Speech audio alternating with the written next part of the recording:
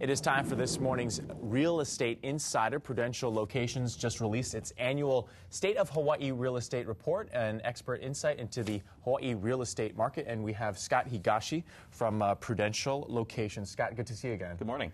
So we know that there might be a drop in tourism because of the tsunami in Japan last month. Obviously, that means lost dollars locally. Will that affect the housing market here in Hawaii?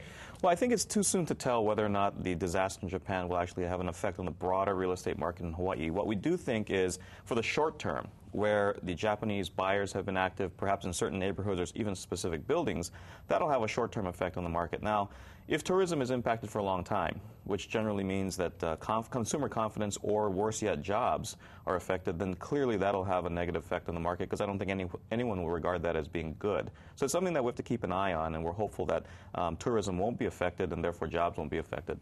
Now, Scott, in the report that you guys released, it says that Hawaii real estate has actually seen 3 cycles since the 70s, right, where there's actually been a spike in prices after a term of, I guess, sideways movement. That's right. What makes you think that we'll see that again, if that's what you think? Well, you know, when we look at real estate and we look at the history of real estate, cycles tell us a lot. And I think what we're seeing right now is a typical pattern of plateauing in Hawaii. And Hawaii's market is very different from other markets, certainly on the mainland, where you don't see these really huge drops. You actually see peaks and plateaus. And we're in a plateauing market right now. So the good news is there's 3 things to keep in mind, even in this plateauing market, which some people may think is flat. Really, interest rates are really terrific. That's 1. 2, inventory levels are really low.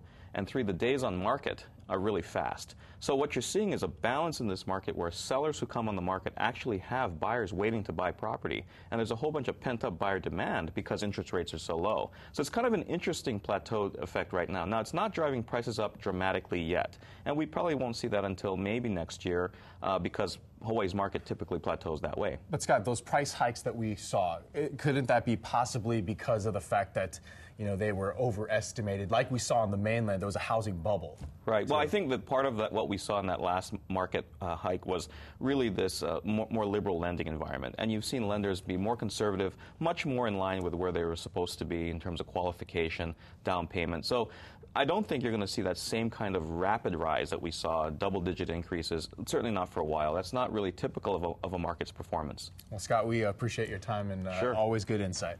Thank Thanks. you.